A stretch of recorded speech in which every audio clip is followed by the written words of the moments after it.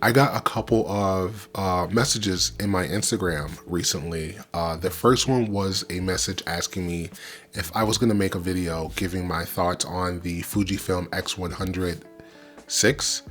And then the other message that I think kind of goes along with this, someone flat out asked me why I don't review other cameras as a means to like grow the channel. So I thought that this was a good topic to kind of make a video on. And so here's 4 or 5 reasons why I don't review other camera brands.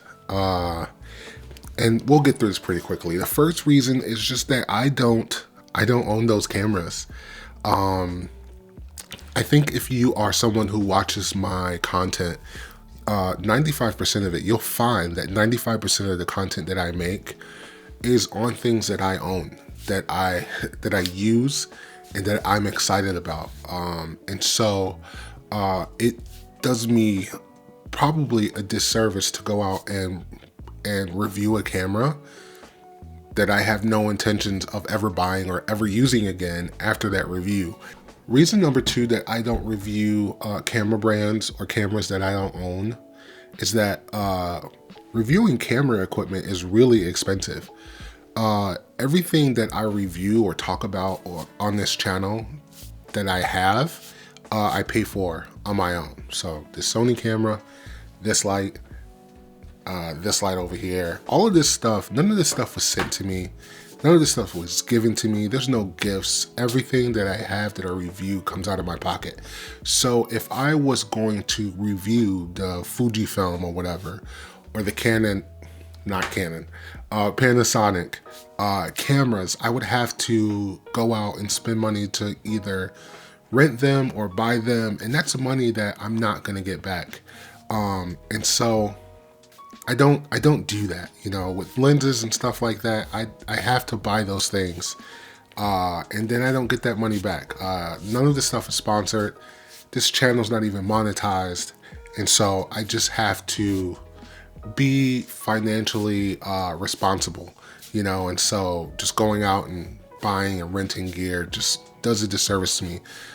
Also, let's say I go out and I rent that camera and I use it and I love it, and I want to buy it. And now I have to go and I have to sell, I have to commit this economic catastrophe of selling my gear and trying to, you know, use those funds to buy this new camera. I'm never going to get the money back that I spent for my gear. It behooves me to hang on to this gear as long as I possibly can, because the return is just not the same. And then I'll end up spending more money to get into this new system. And that's just not the type of person that I want to be with my money or with the kind of content that I want to make. I don't want to chase views using, you know, the latest, greatest thing. So that's reason number 2. Reason number 3 is just that I cannot deal with brand loyalists. I made the mistake of talking about the Canon R3. I made a video that was very specifically geared towards a person that I knew, a friend of mine. I even pointed at the camera and said, Robert, don't buy this camera. But the Canon loyalists came in and they were upset that I said that it was too heavy and that it was too expensive.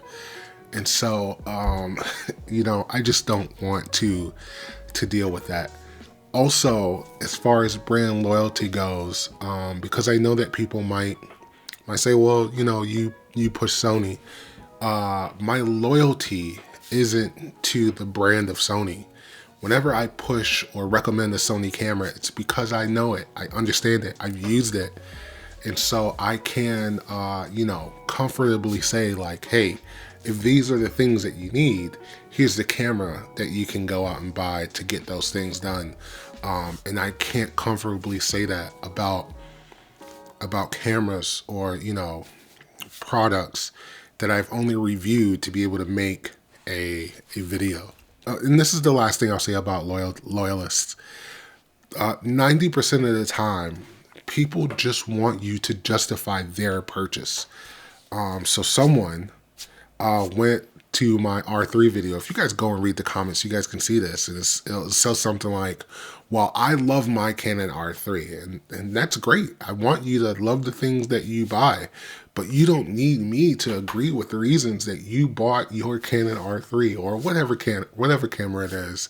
I don't mean to pick on Canon users. I'm sorry, guys. Don't come for me.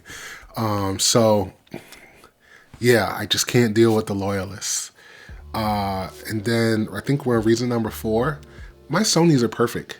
And I don't mean that objectively. I don't need you to agree with me. I'm not asking you to agree with me.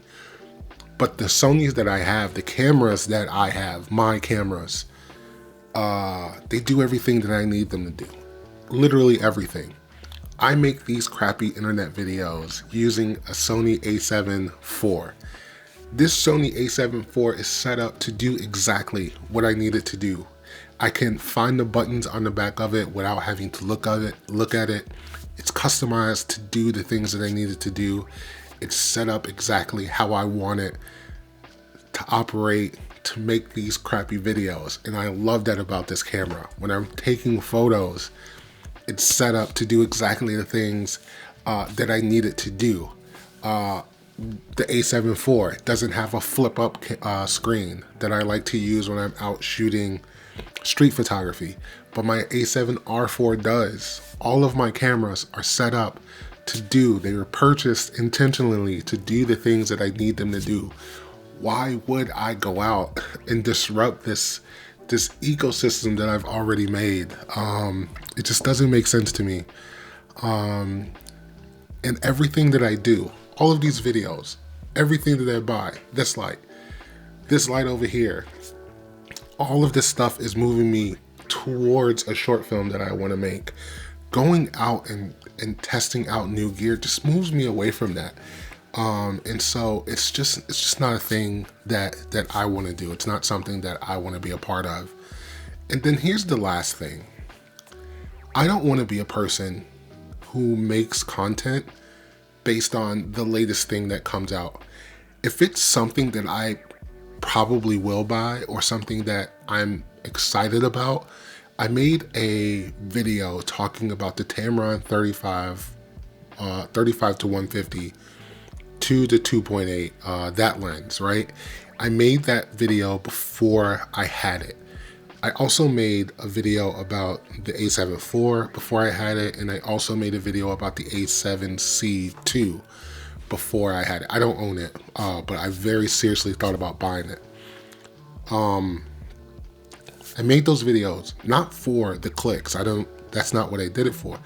I seriously thought about buying the a7 II. I seriously thought about buying the Tamron, and I ended up buying the a7 IV. I don't want to get into the rat race of chasing views based on the latest thing that comes out. I think that that's a terrible way to kind of build a channel, and I think that it lowers your kind of credibility with the people who watch your channel. I am not a person who thinks that because someone has made Sony content that they always have to make Sony content. But what I am is a person who kind of steps back when I feel like you're only making new content to get my view because a new thing came out. Do you know what I mean? Like, I don't want to be sold things too, and I think that that's what it feels like. And so those are the things. Those are the reasons that I don't review other camera brands, and more importantly, things that I don't own, for all of those reasons. So let's talk about it in the comments. You guys let me know. Does it make sense to you that people review things that they don't own? I don't know. I will see you guys in the next video. Peace.